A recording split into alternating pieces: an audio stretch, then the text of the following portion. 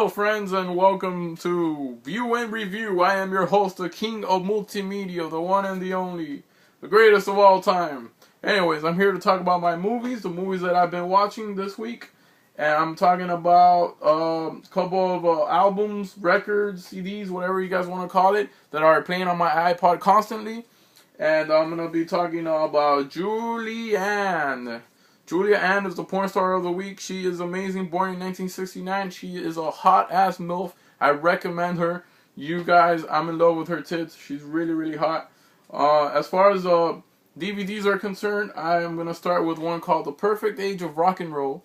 And this one is about a rock band that had great success on their first record. Their second record was horrible. Nobody bought it, and then they went downhill from there. But then the singer got the guitarist from the first record to come back into the band and write some songs for him. But then the guitarist falls in love with the manager, which the manager was having an affair with the singer, and it was a love triangle that the guitarist couldn't bear. I mean, the guitarist was really in love with the manager, and the band went downhill after that.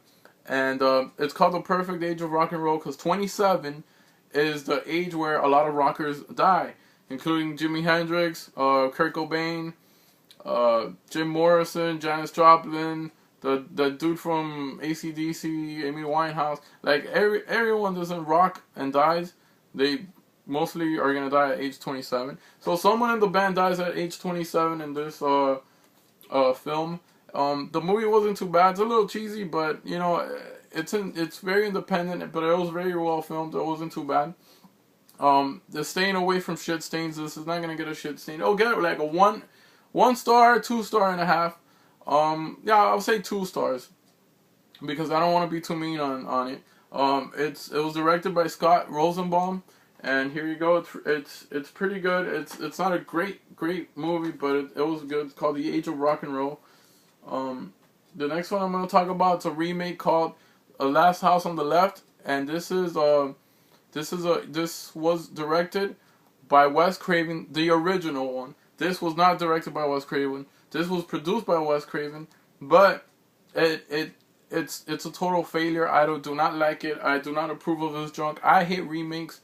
I'm not a big fan of remakes, but this one was crap, and I'm gonna give it 2 shit stains because it didn't appeal to me. That it's about a bunch of guys that rape her, but the guy that rapes her, it wasn't really that bad of a looking guy. If you guys watch the original 1976 or 77 version of it, was really, really creepy. The Revenge was really worse than this.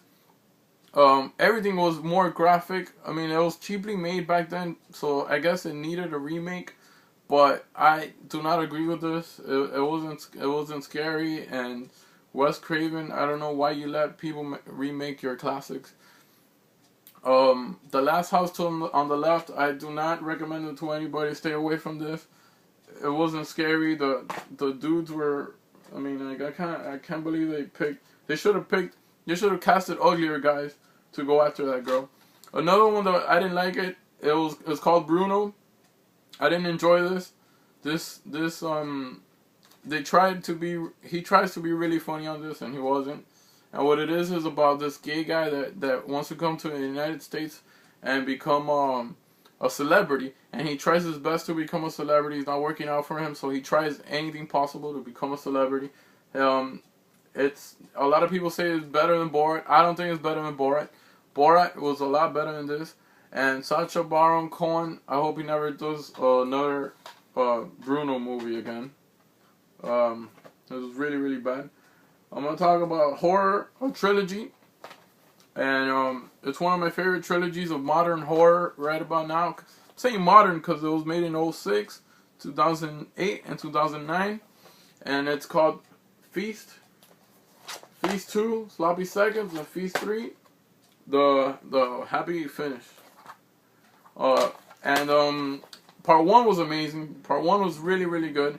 And it's produced by Wes Craven, Matt Damon, Ben Affleck, Chris Moore. Really, really good film. It has a lot of gory scenes.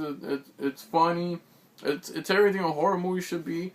And what it is it's a bunch of these monsters, creatures they're trying to get into the bar where these guys are at.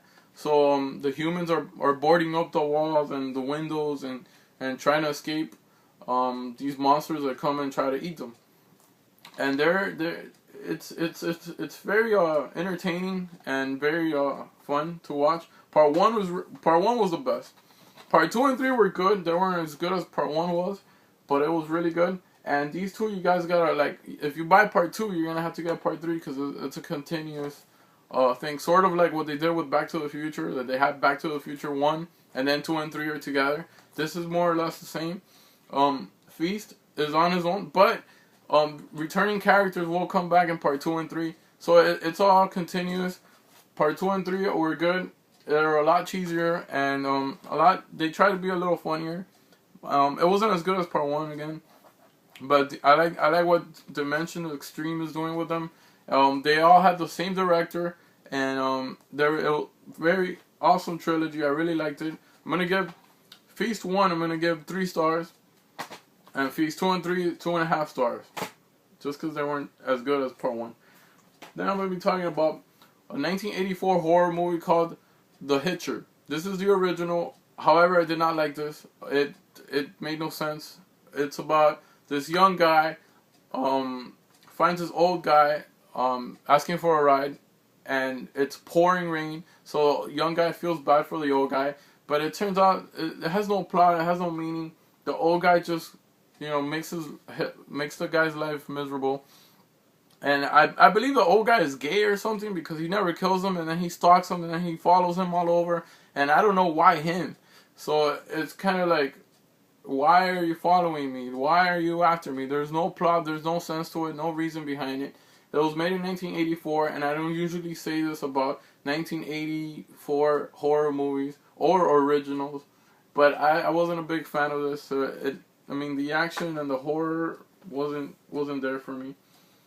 Another movie that sucked ass, and I'm gonna stay away from it, is Dinner with Schmucks with Steve Carell and Paul Rudd. I like both of these guys. They're really funny. I like Steve Carell is amazing in The Office. He also had a couple of good movies. A 40-Year-Old Virgin was good. Date Night was really good. But Dinner with Schmucks didn't make it. I did not laugh. And what it is that Paul Rudd works in an office, and he's trying to get a promotion. So the boss tells him that him and a bunch of other people to bring the most idiotic person that they know in their lives and have dinner with them. And they do this every year. Well, Paul Rudd meets Steve Carell as he almost runs him over in the street, and then he finds out that Steve Carell's an idiot. Like, all he does is he gets like little mices and he fixes them up, and that's his hobby. But the movie's not funny. It's boring. I did not like it. I don't not approve this. This is getting shit stains all over. Probably 2 shit stains.